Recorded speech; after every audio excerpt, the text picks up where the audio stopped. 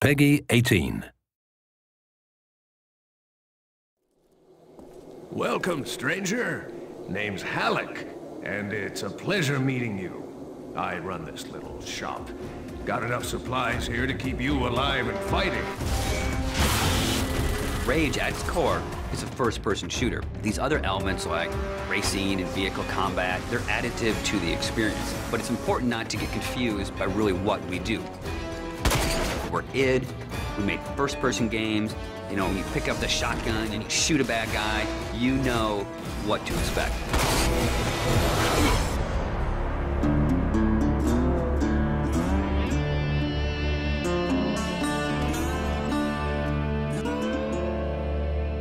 So in Rage, what we've tried to do is in every new environment that you enter, we give you a new weapon or a new ammo type or a new engineering item to keep the experience fresh. And as you play through the game, your arsenal grows and grows. It's a few different elements that really make a weapon good or satisfying. When you hit the fire button, it needs to do something on the other end. And that's where you get the feedback from blowing a head off or seeing a cool death animation. You know, I've always loved shotguns in all of the id games especially. I think if we didn't have a shotgun, a lot of fans would be upset. But the crossbow, because it's so different and so new, it's almost like this utility weapon. My favorite weapon in Rage is the wing stick. Let me guess. You want to know how to throw a wing stick. The wing stick is an offhand, instant throw weapon. The wing stick is such an iconic weapon. It's this bladed death boomerang, and it has like a smart nano targeting core is some of the mythos that we've built into it. And if you time it right, you can chop the heads off of mutants with it. We have these things we call gadgets or engineering items. Things like a little remote control car with a bomb attached to it. Now you're building this little defense turret.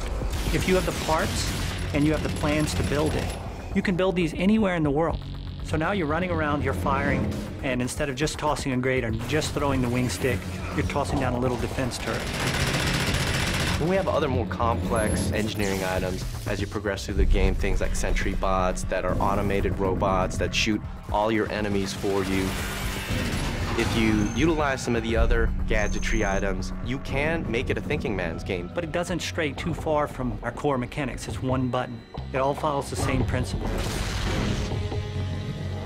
I pay nicely for quality goods. There is an economy, and when people first think about the economy, they think RPG.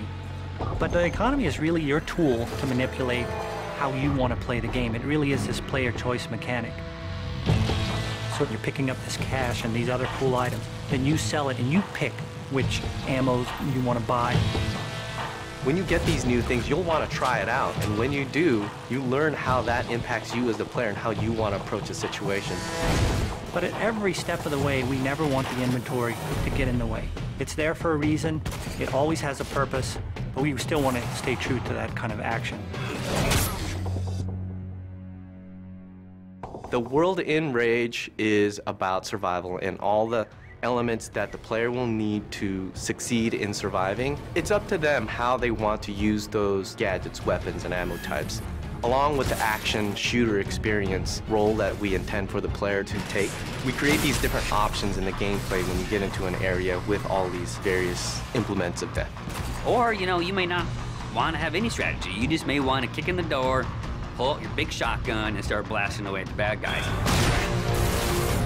We really give players the opportunity to engage the enemy AI in the way that's best for them. And we feel that that adds a lot of life and replayability to the game.